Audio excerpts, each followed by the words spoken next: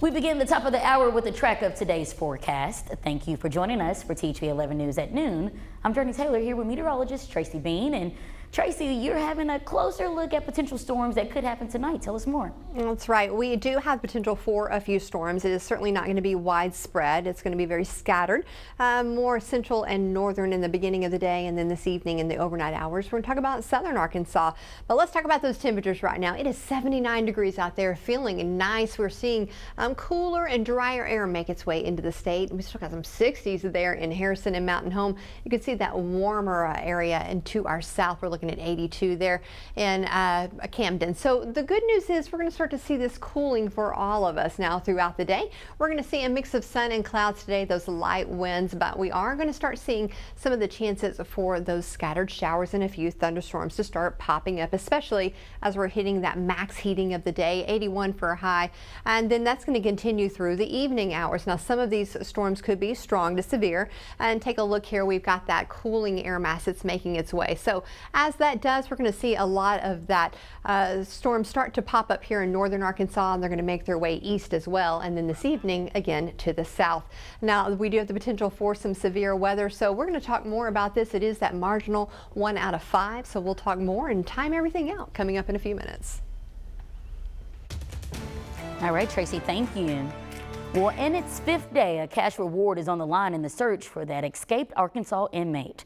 The FBI is now offering $10,000 for details that lead to Grant Hardin's arrests. Police say they've been working several leads since Sunday. Grant Hardin had been serving time at the North Central Unit for a murder conviction. The push to find him is now intensifying, and authorities recently received a tip of a possible sighting of Hardin near Highway 65 and Carden Creek. That's between Greenbrier and Damascus, just 60 miles from the prison where Harden escaped. Now, the Department of Correction expressed confidence in Harden still being in northwest Arkansas.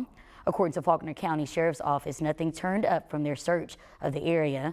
Authorities, however, will continue following leads. Now, since Harden's escape, more concerns have risen over how he managed to even do so. Security consultants point to the fact Harden had a background in law enforcement. Those experts, however, say that's why there's growing push to locate him. There's a mathematical formula where you would know exactly how far someone can move on foot. So that's a perimeter that has been set up. More than likely, multiple perimeters have been set up in the area. And then it's just a meticulous search through all that area there to look for areas where the size of one man could possibly be hiding. Well, Harden is considered a dangerous man since he has not been seen since Sunday. Authorities advise you to lock your home doors and cars. Call police with any information you believe is beneficial.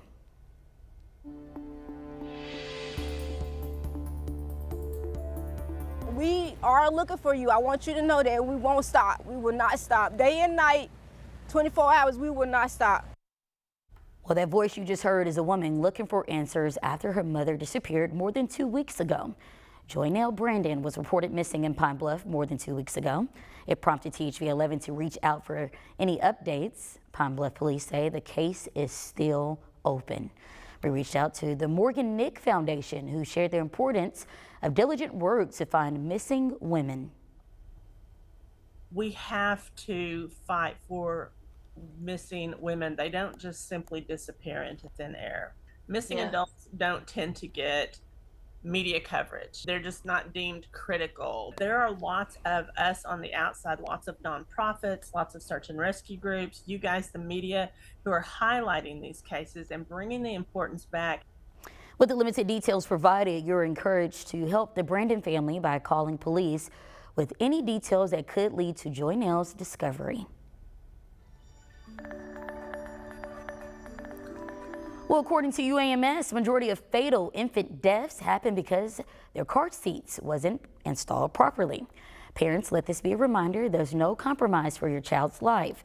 UAMS say they've seen a number of counterfeit car seats coming into the hospital, and according to physicians, families get those from reputable sites, but shortly after leaving the hospital, physicians say those car seats are found to be out of code with federal requirements.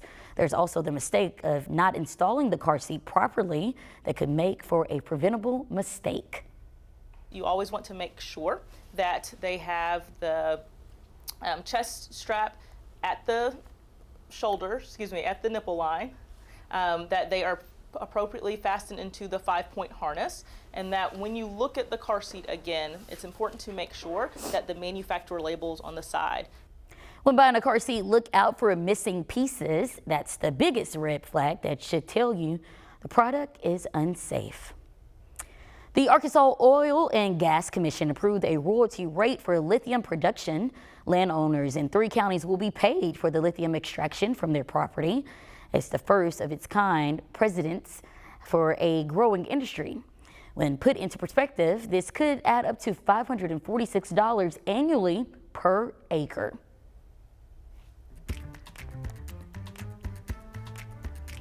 President Donald Trump's tariff policy is being set back. A federal trade court ruled some of what the policy's language says is illegal. Natalie Brand reports the new details from the nation's capital. The Trump administration says it will appeal after the Court of International Trade ruled the president overstepped his authority in enacting sweeping tariffs on nearly all trading partners. These activist judges are trying to slow down something right in the middle of really important negotiations. I'm sure that when we appeal, that this decision will be overturned. The new ruling applies to the administration's 10% baseline tariff on most trading partners and the separate tariffs on China, Mexico, and Canada related to fentanyl and immigration. It does not apply to tariffs on specific products, including autos, aluminum, and steel. But analysts say it could impact trade negotiations underway over the president's reciprocal tariffs, now on pause until July. The story is not over yet. CBS News business analyst Jill Schlesinger says despite the ruling, small businesses impacted by tariffs are still in wait-and-see mode. I think it does nothing for businesses because I think what happens is we are still operating under a cloud of uncertainty. This latest legal fight comes as lawsuits surrounding the Department of Government Efficiency continue to play out, and as President Trump's advisor who led the effort is leaving his post.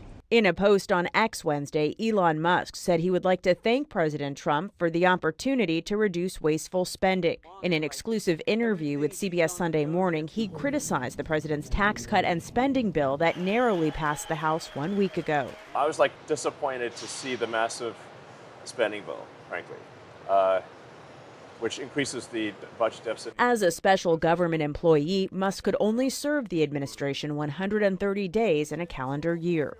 Natalie Brand, CBS News, the White House.